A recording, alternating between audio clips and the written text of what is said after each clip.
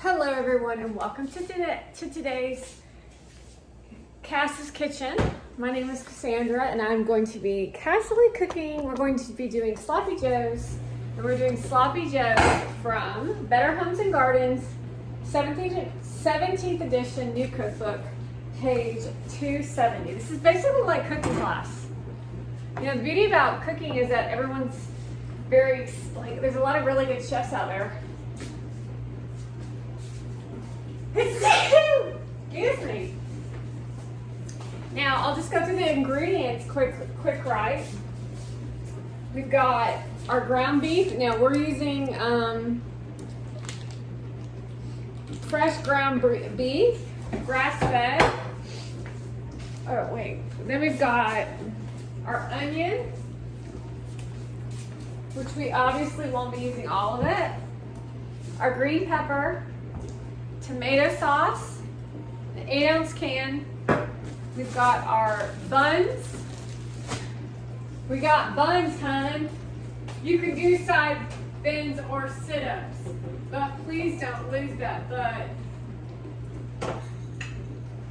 It's a hammer time, y'all, hammer time. Can't touch this. Da-na-na-na. Da-na. Can't touch this. Da-na-na-na. Now what I'm doing is I'm not prepared once again, and I just saw chili powder. So we're going to be working with chili powder. Is it chili or cayenne? I forget. Let me look again. We're having a really strange day today. Some weird energies coming through.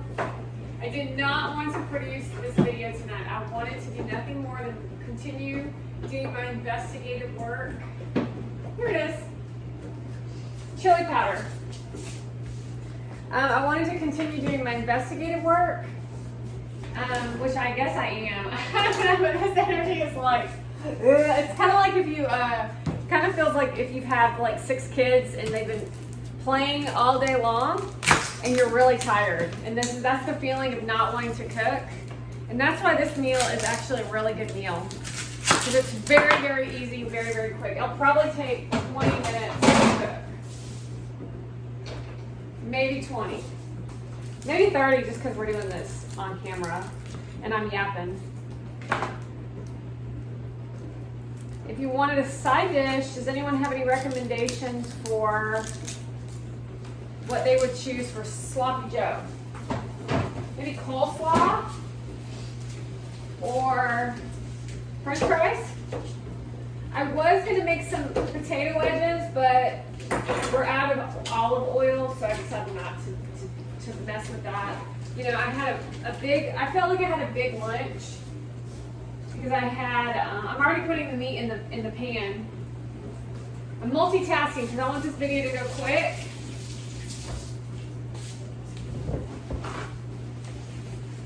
Because I want you to see that this is a quick meal. This is quick.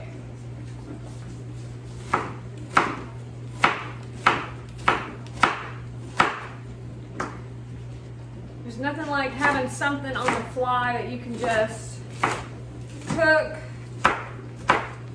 when you get home after a long day's work.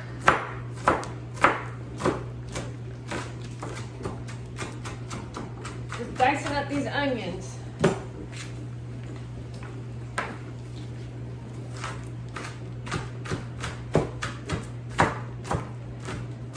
Don't forget to have a glass of wine. It's Saturday night, y'all. I don't really drink anymore. We all know why. There's like, sometimes, you know, like, it's like rehashing the same story over and over. Remember the time where I was bashed in the head with the door because Hillary Clinton took me by the back and I had some wine that night and they took advantage of my weakness? And then I had a vision of Hillary Clinton as well as Motivan. So when you do these, if you're an inspired podcast creator, you want to create so your audience watches. You know, you don't just want to show them the vegetable. Yeah, I know what a bell pepper looks like. You know? I know what a bell pepper looks like. I want to be inspired to cook because, like, I'd rather just go out to eat. And so if you're trying to create a podcast around cooking, and all you do is show vegetables and stuff, you're not really a podcaster. If you're not operating under the produce your content, as in you cook at home, then you're not actually inspired. It's inspiring. You got to be inspiring, right? That's the whole point. That's what I mean by when I'm talking to you all about you have to do what you say, otherwise you're just wasting people's time. So if you're always going out to eat, but you're claiming that you're home cooking, and then you only cook for the camera, it's one thing to like cook for the camera, but if you're like literally going to a store, buying the item, and then putting it on a plate, your audience energetically knows that that's what you do. Your audience energetically knows that is what you do, and they don't follow what you say, which means that you actually are up to nothing. You're just out to get people's money and glamorize it. So, like for example, if I wanted a brand deal, I wouldn't show you making a salad and then going and trying to promote a business that's selling a salad. Does that make sense? Why would I make a salad at home if I'm promoting a business, for one? Let's talk about it that way. If I'm making food at home, I want to represent the products like McCormick's or Cuisinart or this book that I'm showing you as chef, right? So that's kind of how branding works. Ooh, I got it, y'all. I got this can opener. Thank you.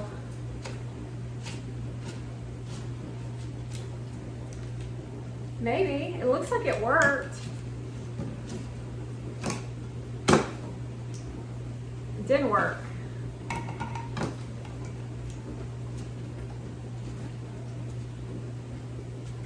Oh no, shit. This thing is so bizarre.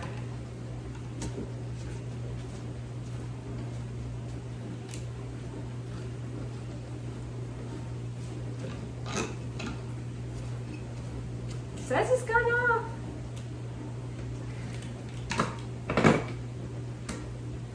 I don't know. We're just gonna have to get the other can opener. Watch, it'll probably pop off.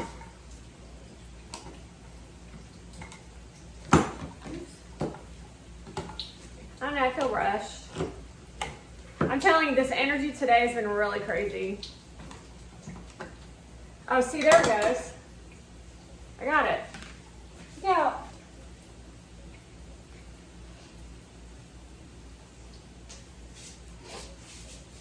Look out.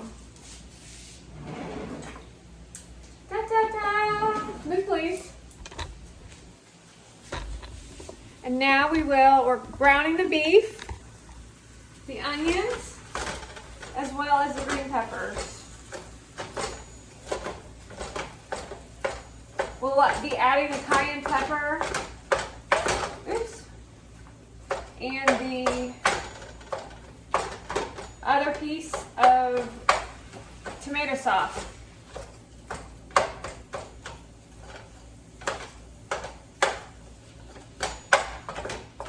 And then you just let it simmer.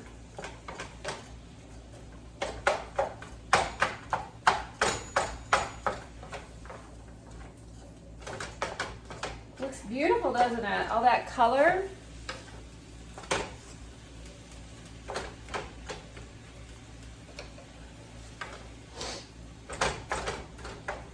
I didn't really feel like producing content today. Well, I guess I did produce content. I produced content, but not in TikTok or in video form because I just didn't feel like it. And sometimes it's good just to do what you feel like. So for those of you who are out creating content, you should never feel obligated to produce content when you don't feel like producing content. Although you should produce content when you don't feel like producing content. So you have to find the middle ground, the medium ground of like finding in between to find what's right for you to sustain your energy. Because obviously you're the most important. So you definitely want to know that people are counting on you to inspire and create, and they're like kind of like watching, you know. And then it's how you keep your connection with your audience.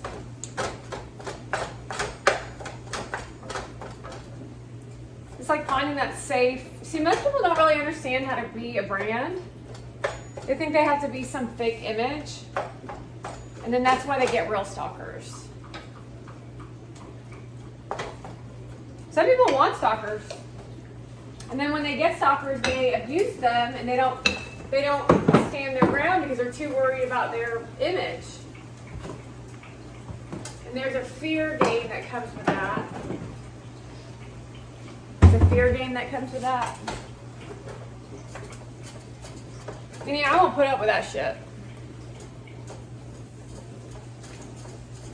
I mean, you see me go off on people on the internet. That's what I would do to their face.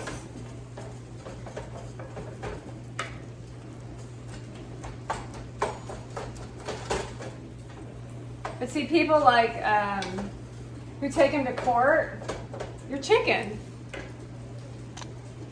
This means you're chicken. You're a weak person. Now, if that didn't work, then you take him to court. Society's gotten really strange, that's for sure.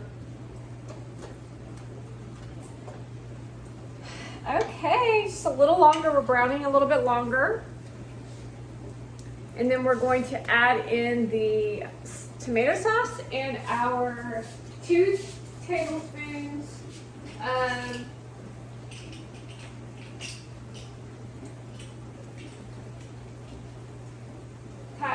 chili powder.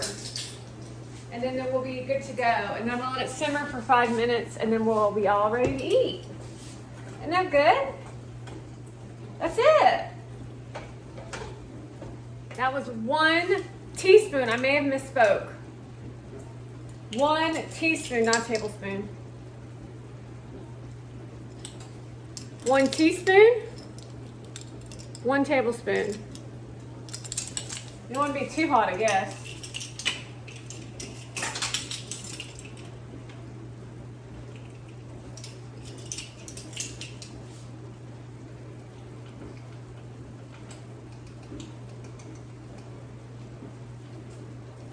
That smells good.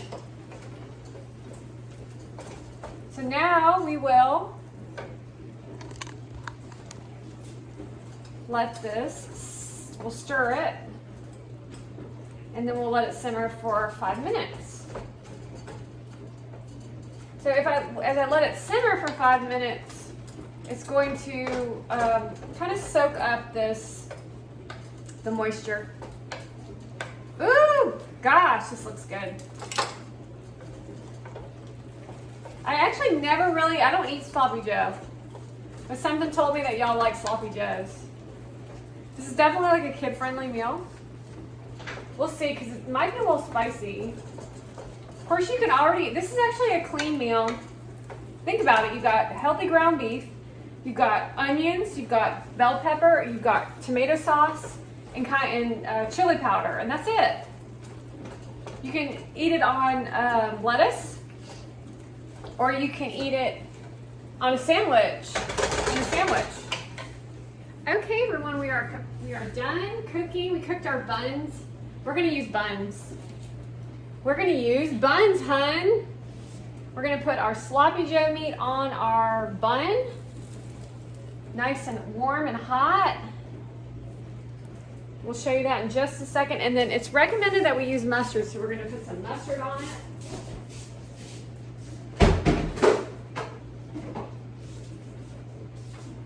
So just a little bit of mustard.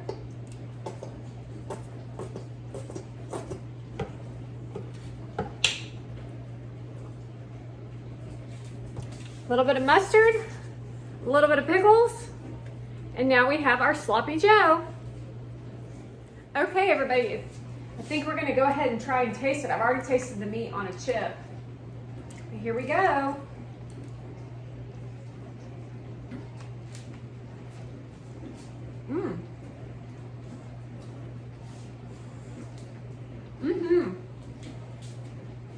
I'm not even normally eat sloppy joes, but these are good.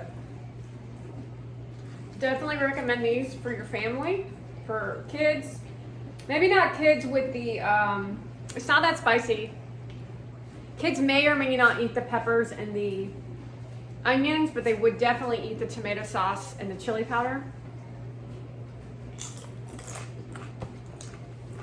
So thank you for watching.